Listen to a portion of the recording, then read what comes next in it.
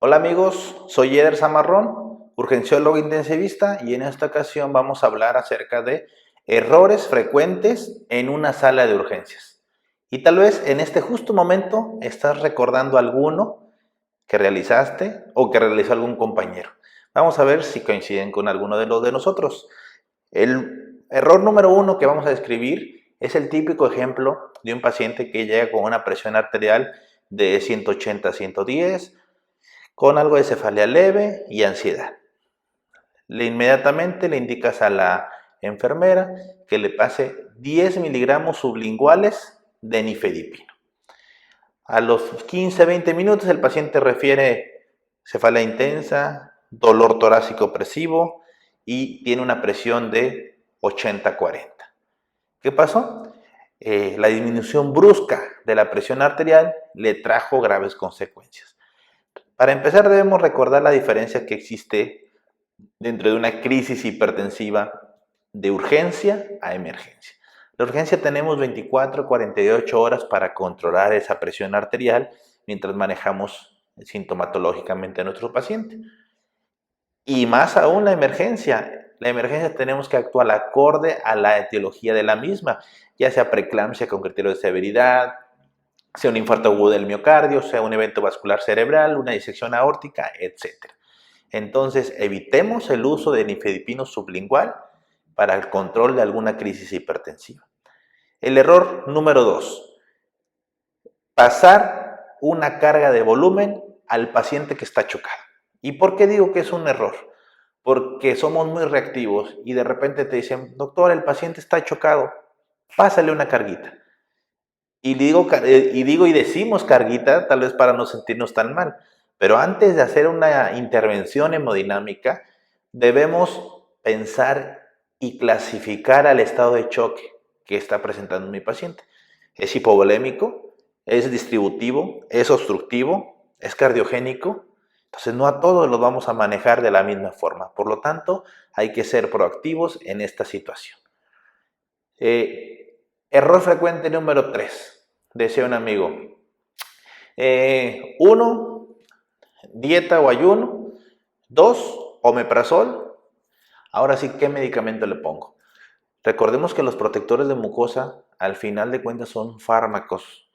Y actualmente menos es más. Es una frase muy común en pacientes críticos. Por lo tanto, debemos de administrar o protector de mucosa solamente en los pacientes de forma terapéutica, no de forma profiláctica. Otro error frecuente que sucede en la sala de urgencias es administrar esteroides a los pacientes con un traumatismo craneoencefálico o un paciente neurocrítico.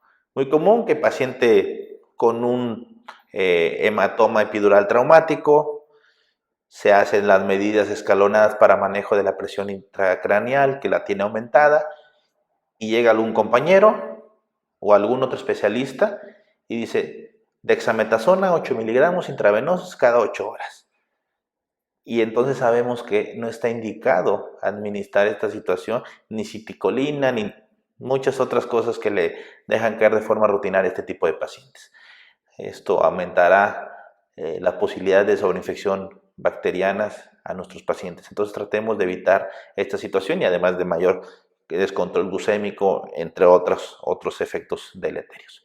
Otro error que cometemos en la sala de urgencias es, ¿sabe qué, doctor? El paciente no está orinando.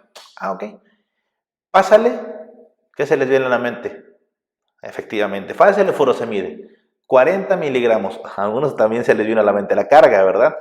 También puede ser. Pero para todo queremos utilizar furosemide. Y así como en el estado de choque, la oliguria es un dato de hipoperfusión y debemos de ver por qué está orinando poco mi paciente. O si definitivamente hasta tiene alguna obstrucción en la sonda que esté tapada, etc. Entonces, volvemos a lo mismo. Debemos primero hacer un análisis antes de administrar alguna intervención. También podemos enumerar muchas otras.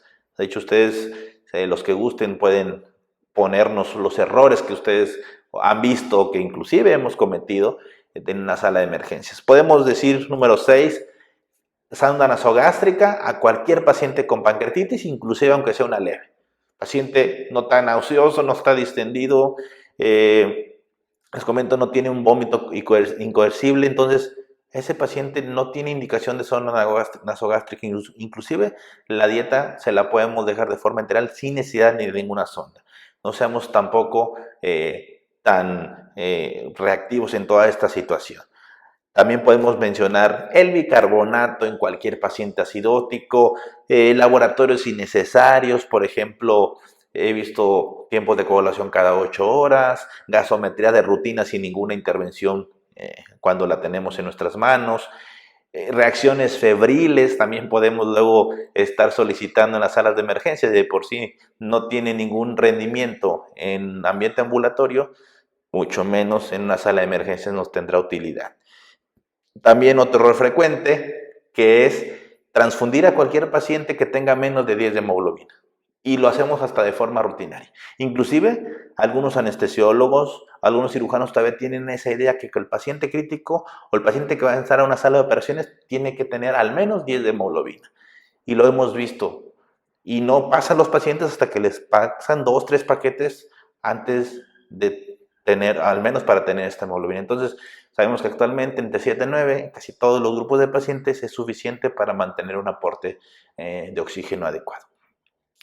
Y el último punto que voy a mencionar, el punto número 10, es intubar, así como tal, lo voy a decir, intubar al chilazo.